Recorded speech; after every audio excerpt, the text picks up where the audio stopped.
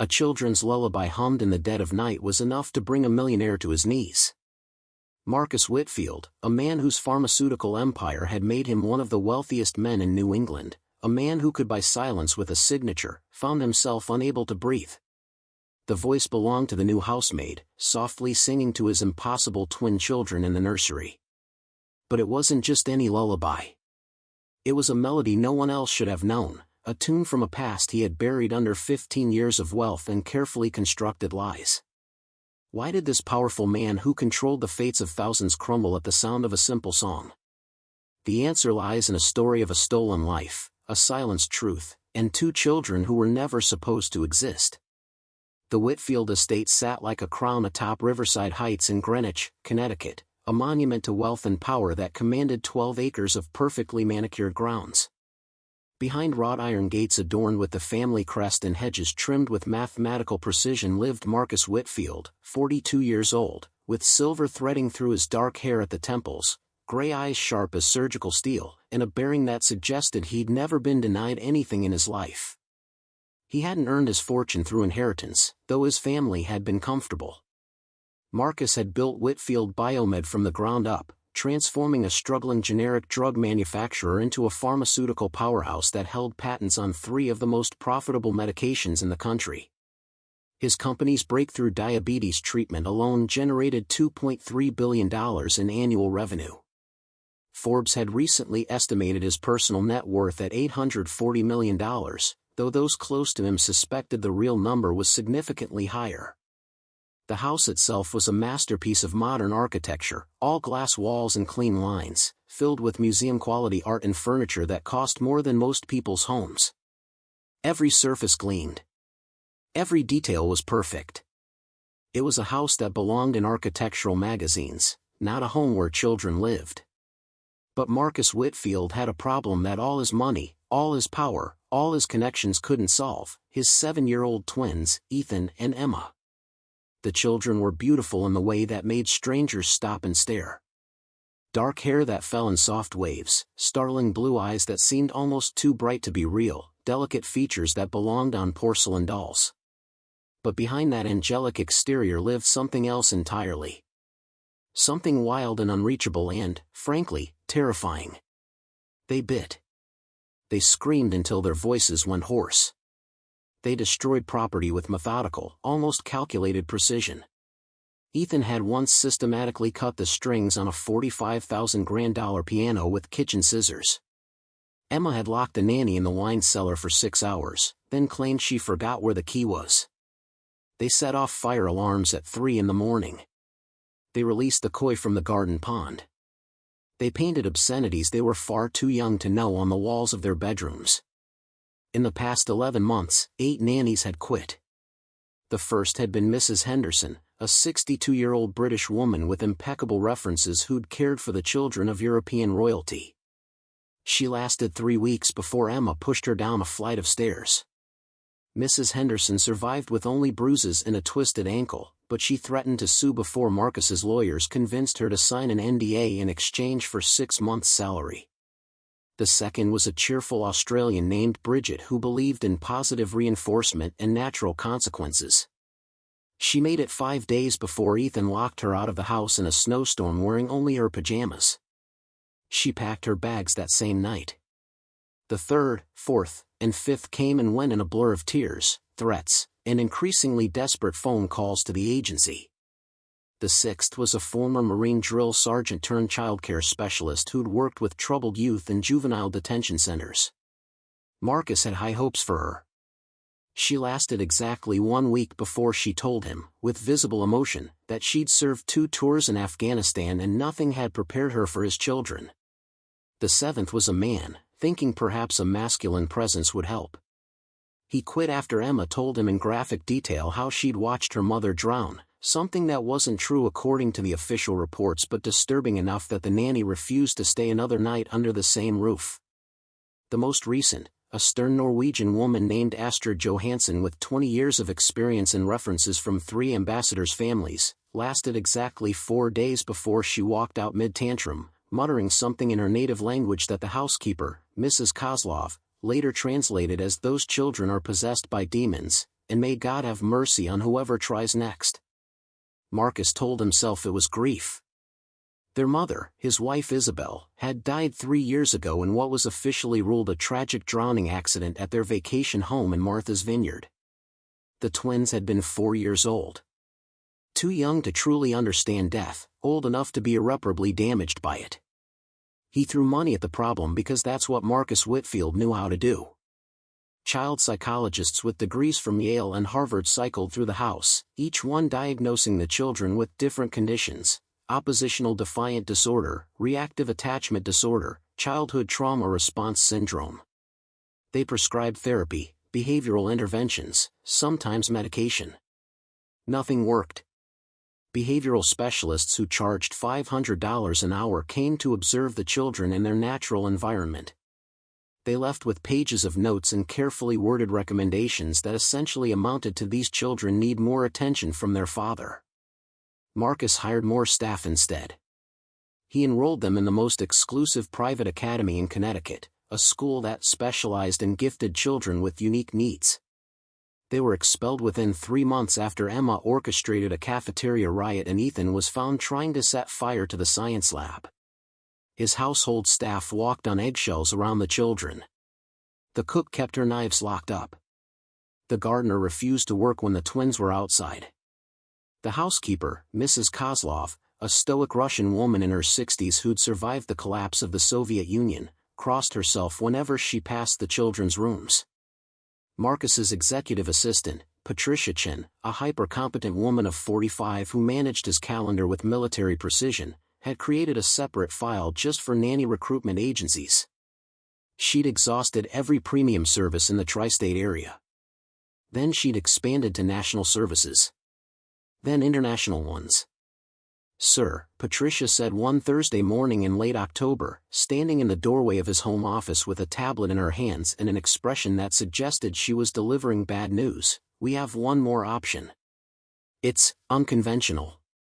Marcus didn't look up from his laptop, where he was reviewing quarterly earnings reports. "I don't care if she's unconventional, Patricia. I don't care if she's from Mars.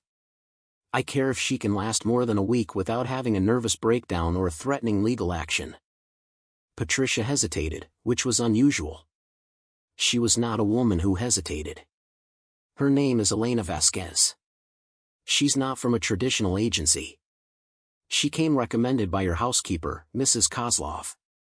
Apparently, she's a distant relative, a cousin's daughter or something like that, from back in Ukraine before Mrs. Kozlov emigrated. She doesn't have formal credentials or certifications from any recognized institution." Marcus finally looked up, his skepticism evident in the slight narrowing of his eyes. "No credentials? Patricia, I'm not running a charity. I need a professional who can handle my children, not someone's unemployed relative looking for a handout.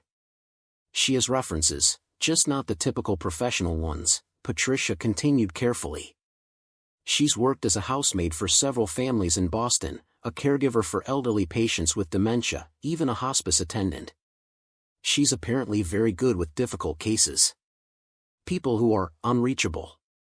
"Unreachable," Marcus repeated, his voice flat. "My children aren't unreachable, Patricia. They're traumatized. There's a difference." Patricia said nothing, but her expression suggested she disagreed.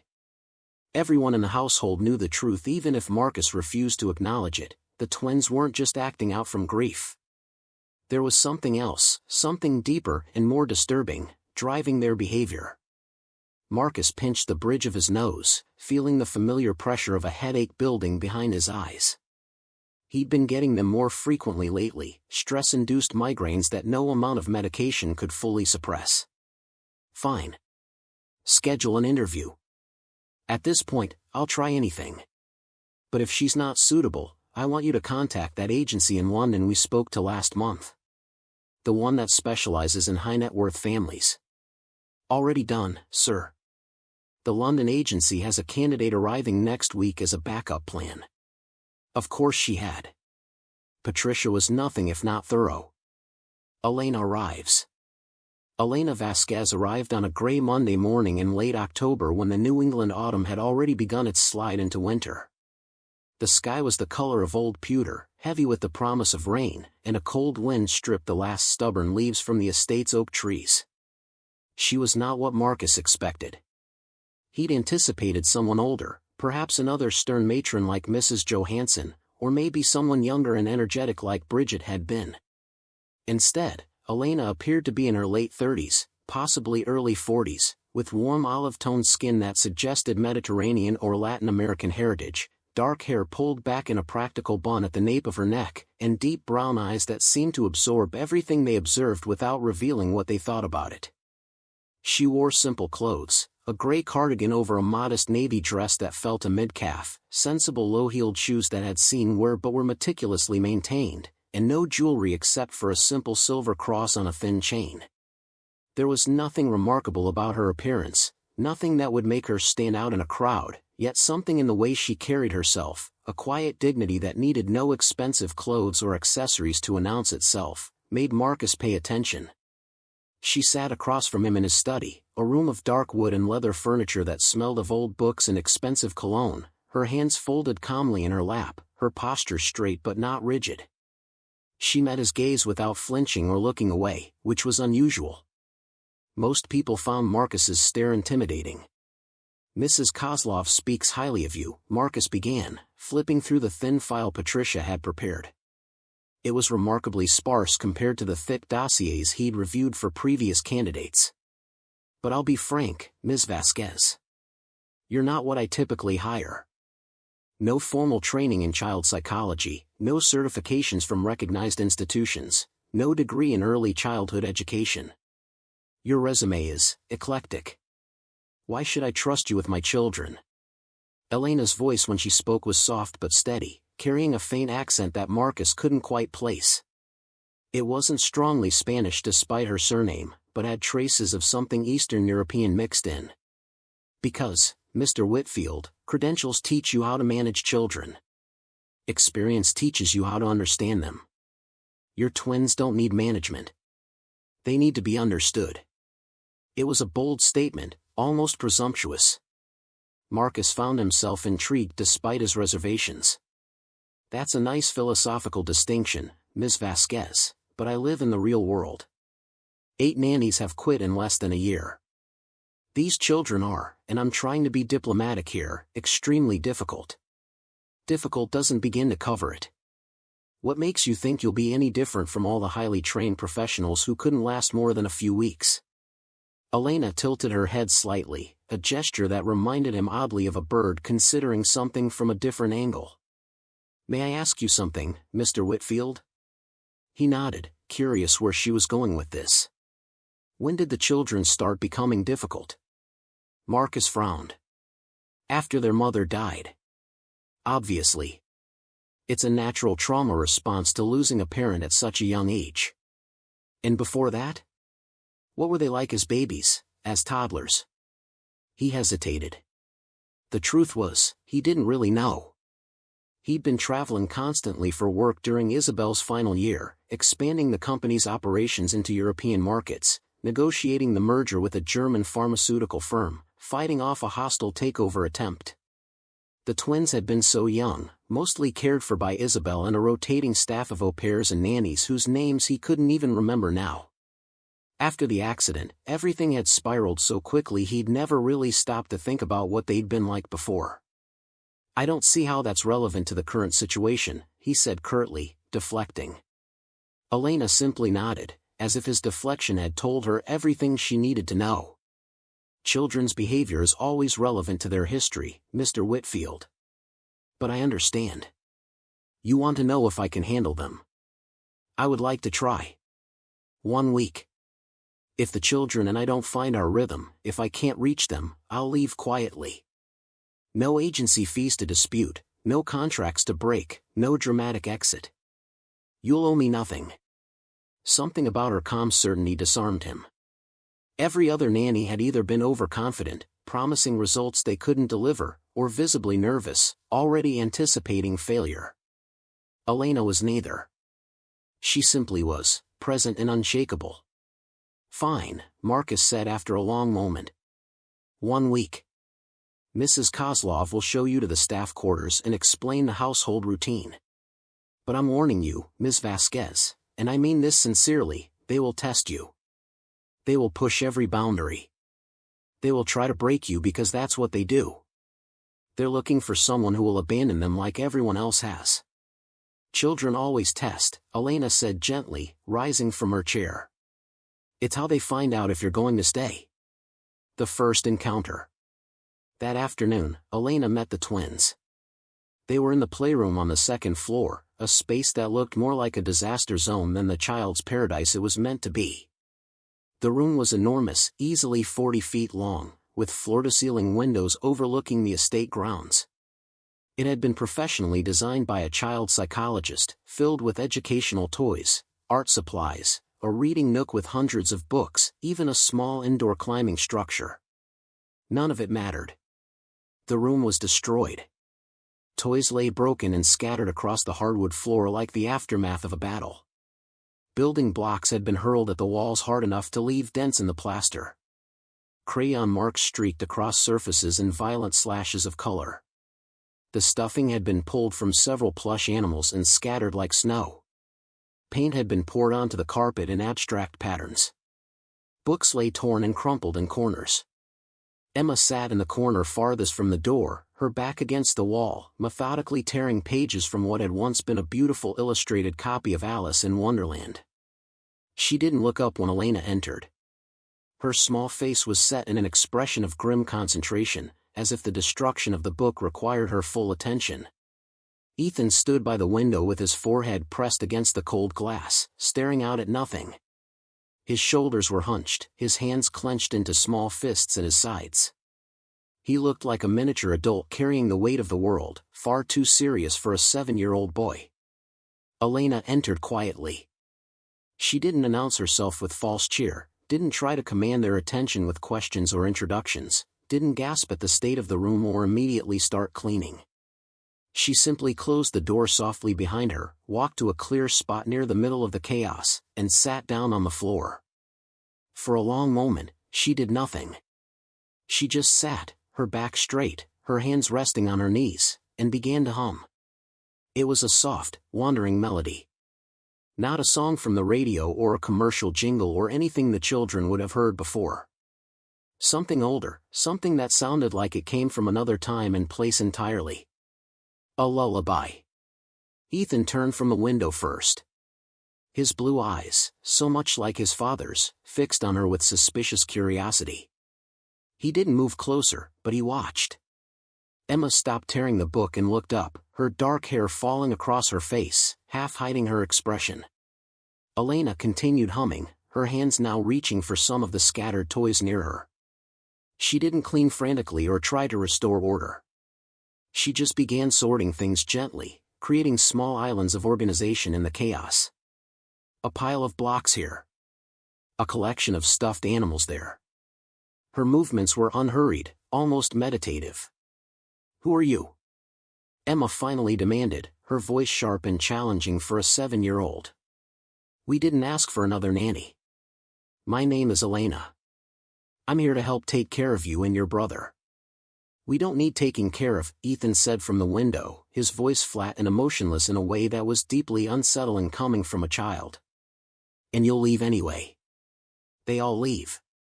You'll see something you don't like, or we'll do something that scares you, and you'll leave just like all the others." "Maybe," Elena said simply, not looking up from sorting the toys. "Or maybe I'll stay. We'll see." It was not the answer adults usually gave. Children expected promises they knew were lies, reassurances that rang hollow, bribes disguised as kindness. Elena offered none of that. Just simple, honest possibility. Emma stood up slowly and walked closer, eyeing Elena the way a small predator might size up unfamiliar prey.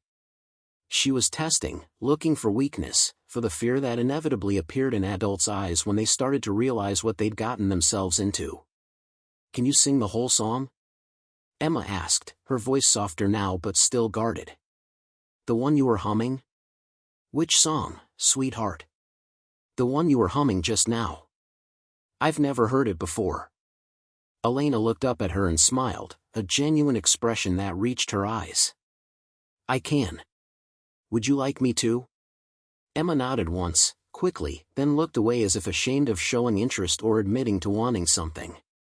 Elena began to sing softly, and the words that emerged were in a language neither child understood. It was Ukrainian, a lullaby about moonlight and safe harbors, about a mother's love protecting a child through the darkest night. The melody wrapped around the room like a warm blanket, filling the spaces between the broken toys and torn books with something the house had been missing: gentleness. Ethan moved closer, almost involuntarily, drawn by something in the song he couldn't name. Emma sat down cross-legged in front of Elena, her destructive energy suddenly stilled. Neither child spoke. Neither child threw anything or screamed or tried to provoke a reaction. For the first time in months, perhaps years, they were simply still. Two small children listening to a lullaby, looking almost normal. Marcus observes. Marcus Whitfield stood in the hallway outside the playroom, having come to check on what he fully expected would be another disaster. He'd given Elena an hour alone with the children, figuring that would be enough time for her to realize she was in over her head and request an immediate exit interview. Instead, he heard singing. The melody stopped him cold. His hand, reaching for the doorknob, froze in midair. His breath caught in his throat. The blood drained from his face so quickly he had to put his other hand against the wall to steady himself. He knew that song. He knew it intimately, painfully, impossibly well. It was Isabel's lullaby. The one she used to sing to the twins when they were babies, when she would rock them in the nursery at 2 in the morning while Marcus slept, unaware. The one she'd learned from her grandmother who'd immigrated from Eastern Europe decades ago, bringing only memories and songs with her to the new world.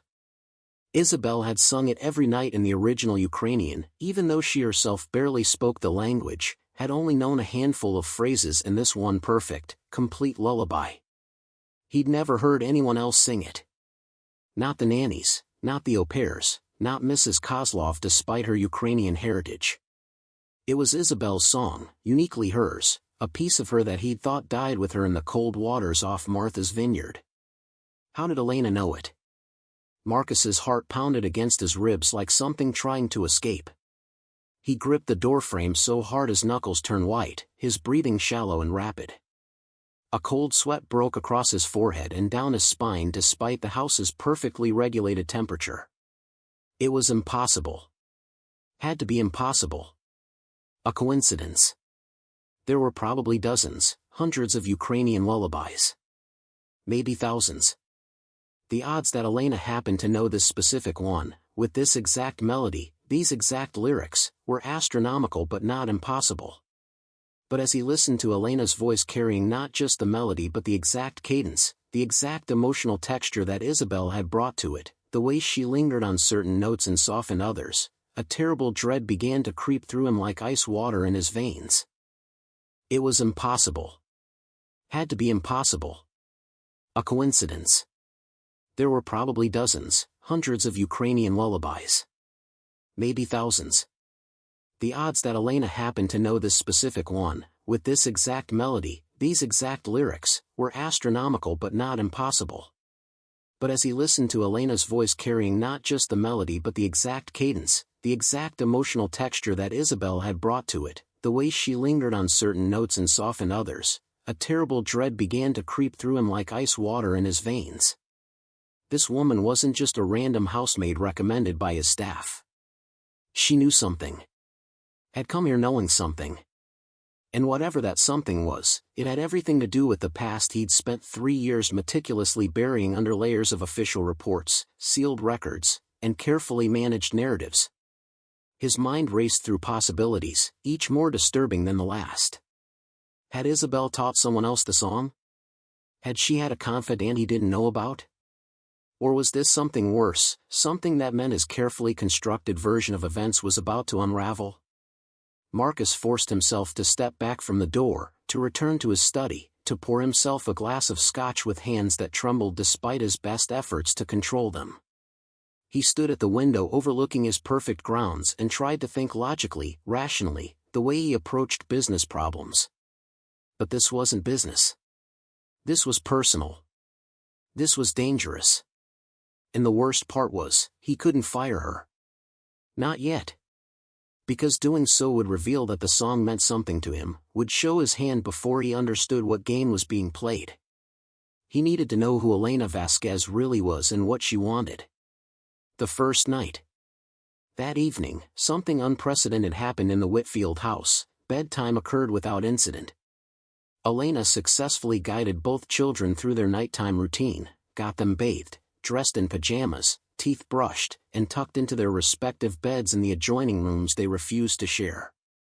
There were no tantrums, no screaming matches, no attempts to flood the bathroom or lock Elena in a closet. Mrs. Kozlov, passing by the second-floor hallway, actually stopped and crossed herself, murmuring something in Russian that sounded like a prayer of thanksgiving.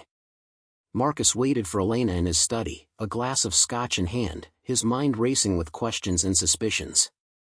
He'd spent the past 3 hours researching Elena Vasquez online, finding almost nothing. No social media presence, no digital footprint beyond a few mentions in obituaries where she'd been thanked for her compassionate care of the deceased. She was a ghost in the modern sense, someone who deliberately stayed off the grid. That made him even more suspicious. When Elena appeared in the doorway, her expression was calm and unreadable, showing none of the exhaustion or stress that previous nannies had displayed after their first day. "The children are asleep," she reported quietly. "They asked if I would be here in the morning. I told them yes." "That song," Marcus said abruptly, his voice rough despite his attempt to sound casual. "The one you were singing this afternoon. Where did you learn it?" Elena met his gaze steadily, and in that moment, Marcus had the unsettling sensation that she was the one in control of this conversation, not him. "It's an old Ukrainian lullaby, Mr. Whitfield. Many people know it. It's been passed down through generations." "Not many people," Marcus countered, setting his glass down with more force than necessary. "My wife knew it. She sang it to my children every night for years." "How do you know it? Did Mrs. Kozlov teach it to you?" "Mrs. Kozlov and I share heritage, but no, she didn't teach me the song." "Then who did?" A long silence stretched between them, heavy with unspoken implications. "Perhaps," Elena said softly, her dark eyes never leaving his face, "your wife wasn't the only one who knew it, Mr. Whitfield. Perhaps the song has traveled further than you realize." It was an answer that wasn't an answer, deliberately vague, designed to unsettle him. "I'll be here at 7 tomorrow morning to get the children ready for breakfast," Elena continued, her tone shifting back to professional. "They've agreed to try eating with you in the dining room instead of having trays sent to their rooms. I think it would be good for them. Good night, Mr. Whitfield." Before he could respond, before he could demand real answers, she turned and left the study, her footsteps soft and even on the hardwood floors, leaving him alone with his spiraling thoughts and the growing certainty that his carefully constructed world was beginning to crack. He picked up his phone and called Patricia Chen, despite the late hour. "Sir," she answered on the second ring, alert despite it being nearly 10 o'clock. "I need a full background check on Elena Vasquez. Not the basic references we got. Deep background. Where she was born, every place she's worked, every connection to my family. I want to know everything about her, Patricia. And I need it quickly." "Is there a problem, Mr. Whitfield?" "I don't know yet," Marcus admitted, staring at the amber liquid in his glass. "But I intend to find out." After he ended the call, he sat alone in the darkness of his study, listening to the old house settle around him, and wondered what ghost from his past had finally come home to roost. Patricia Chen delivered the preliminary background report on Elena Vasquez within 48 hours. Marcus read it in his study at 2 in the morning, unable to sleep, his mind churning with questions that refused to quiet. The report was frustratingly sparse. Elena Vasquez, age 39, born in a small village outside Lviv, Ukraine.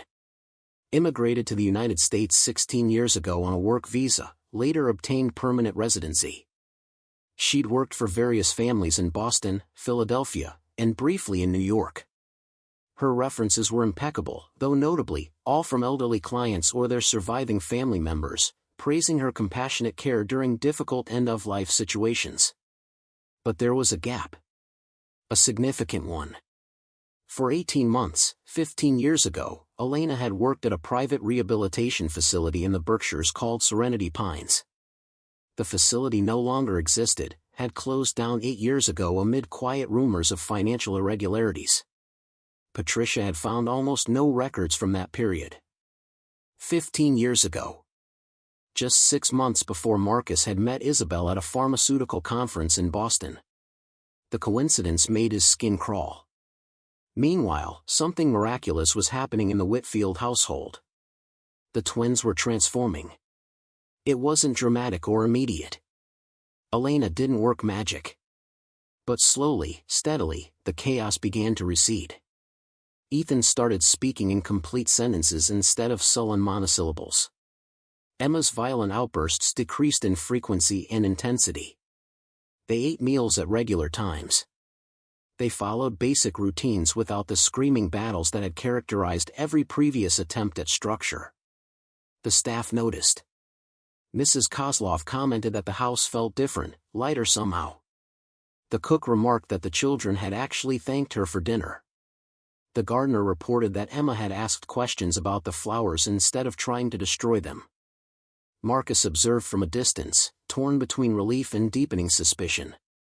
He watched Elena with the children through security cameras he'd installed throughout the house years ago for safety reasons but now used for surveillance. He saw her patience, her gentle firmness, the way she seemed to understand what the twins needed before they knew themselves. He also noticed other things. The way Elena would sometimes pause while walking past Isabel's portrait in the main hallway, studying it with an expression he couldn't quite read. The way she asked careful questions about the house's history, about how long they'd lived here, about Isabel's family background. The way she hummed that lullaby constantly, as if reminding him of something he was supposed to remember. On the 5th day, Marcus made a decision. He called Serenity Pines' former administrator, a man named Dr. Gerald Hutchins, who'd retired to Florida after the facility closed. It took Patricia 3 hours to track down his current number. Dr. Hutchins, my name is Marcus Whitfield. I'm calling about a former employee of Serenity Pines, a woman named Elena Vasquez. There was a long pause on the line. Serenity Pines closed a long time ago, Mr. Whitfield. I'm not sure I can help you. She worked there 15 years ago. I need to know what she did there, who she worked with. Another pause, longer this time. May I ask why you're inquiring? She's working in my home, caring for my children. I'm doing due diligence. I see. Dr. Hutchins sighed heavily. Mr. Whitfield, are you familiar with what Serenity Pines was?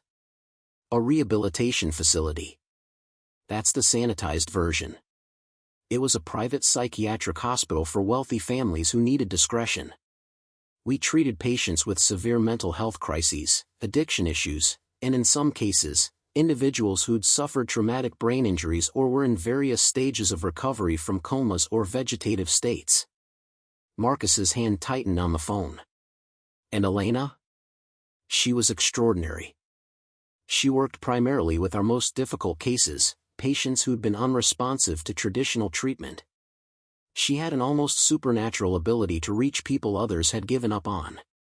We called her our miracle worker, though she hated that term. Do you remember a patient named Isabel? Marcus asked, his voice barely steady. Isabel Kowalski, before she was married. She would have been there about 15 years ago. The silence that followed was deafening. Dr. Hutchins? Mr. Whitfield, I can't discuss specific patients. Privacy laws, even for a facility that no longer exists. My wife is dead, Dr. Hutchins. She drowned 3 years ago. But I'm starting to believe there are things about her past, about her time at your facility, that I was never told. And I think Elena Vasquez knows what they are. Another long silence. Then, quietly, if Elena is in your home, Mr. Whitfield, you should ask her directly. She'll tell you the truth. She always does, when the time is right. That's who she is. The line went dead. The confrontation. That evening, after the children were asleep, Marcus waited for Elena in the conservatory, a glass-walled room overlooking the gardens where Isabel used to spend hours reading. He'd poured himself a scotch but hadn't touched it. When Elena appeared, she showed no surprise at finding him there. It was as if she'd been expecting this conversation. "You knew my wife," Marcus said without preamble. Not casually. Not as some distant connection. "You knew her at Serenity Pines." Elena sat down in the chair opposite him, her movements graceful and unhurried. "Yes. Why didn't you tell me? Would you have hired me if I had?" He had no answer for that. "What was she doing there?" Marcus demanded. "Isabel told me she'd studied abroad that year, that she'd been traveling in Europe. She never mentioned any hospital, any psychiatric treatment." "Because she was ashamed," Elena said softly. "She'd had a severe breakdown during her final year of university. Depression, anxiety, a suicide attempt. Her family had her committed quietly, paid for private treatment away from anyone who might recognize her. They wanted to protect her future, her prospects." Marcus felt like the ground was tilting beneath him. "I never knew. In 7 years of marriage, she never. She wanted to leave it behind. Start fresh. Can you blame her? And you? What were you to her?" Elena's eyes were steady, compassionate. "I was her primary caregiver for 6 months. We became close. She trusted me with things she'd never told anyone else. Including the fact that her breakdown was triggered by her family's pressure, their expectations, the weight of being perfect all the time." She paused. "Does that sound familiar, Mr. Whitfield?" It hit him like a physical blow. The twins. The impossible pressure of being perfect. The constant judgment. He'd been doing to them exactly what Isabel's family had done to her. "When Isabel left Serenity Pines, she made me promise something," Elena continued. "She made me promise that if anything ever happened to her, if she couldn't be there for her children, I would find them. I would help them. Because she knew, she was terrified, that they might inherit her struggles." "The drowning," Marcus whispered. "It wasn't an accident, was it?" Elena's silence was answer enough. "She relapsed," Marcus said, the pieces finally falling into place. "She'd been struggling again, hadn't she? And I was too busy, too focused on the company, too absent to notice." "She loved you," Elena said gently. "She loved the children. But sometimes love isn't enough to quiet the darkness inside. She tried to hold on. She tried so hard." Marcus buried his face in his hands. 3 years. 3 years of telling himself it was just a tragic accident, of pushing down the nagging doubts, the questions he'd been afraid to ask. 3 years of failing his children because he couldn't face the truth about their mother. "The twins," he said, looking up. "They're not just acting out from grief. They're terrified they'll end up like her, aren't they?" "Children feel what they can't understand," Elena confirmed. "They sense the instability, the fear. They push everyone away before they can be abandoned. It's a test, yes, but it's also protection. If no one gets close, no one can leave." "Why didn't you come sooner?" Marcus asked, anger and anguish mixing in his voice. "Why wait 3 years?" "Because Isabel made me promise to wait until the children truly needed me. Until you were ready to hear the truth instead of running from it. I've been watching from a distance, Mr. Whitfield. Waiting for the right moment." Marcus stood abruptly, pacing to the window. His perfect life, his carefully controlled world, it was all built on foundations of sand, on truths he'd refused to see. "What do I do now?" he asked, his voice breaking. "How do I fix this?" Elena rose and stood beside him. "You start by being present. Really present. Not as the distant provider, but as their father. You tell them the truth about their mother, in ways they can understand. You stop hiring people to care for them and start caring for them yourself. You let them see that you're struggling too, that you're not perfect either, and that's okay." "I don't know how," Marcus admitted. "Then you learn," Elena said simply. The same way I learned. The same way Isabel tried to learn. One day at a time, one moment at a time. And I'll help you. That's why I'm here. That's what I promised her. For the first time in 3 years, Marcus allowed himself to truly grieve.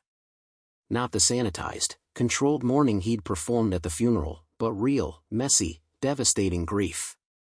And Elena, this woman who'd known his wife's deepest pain, stood beside him and bore witness. The resolution.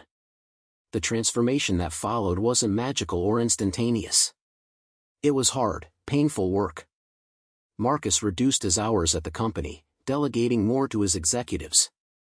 He started having breakfast with the twins every morning, really listening instead of lecturing. He took them to the children's therapist himself, and for the first time, he participated in family sessions where his own failures and fears were examined alongside theirs. Elena stayed, not as a nanny, but as a bridge between the past and the future. She told the children stories about their mother that Marcus had never known, showed them photographs from Isabel's time at Serenity Pines when she was healing and hopeful.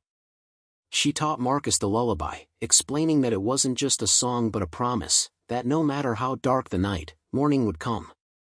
3 months later, on a cold February evening, Marcus found Ethan and Emma in the playroom, now restored and peaceful, working together to build a puzzle.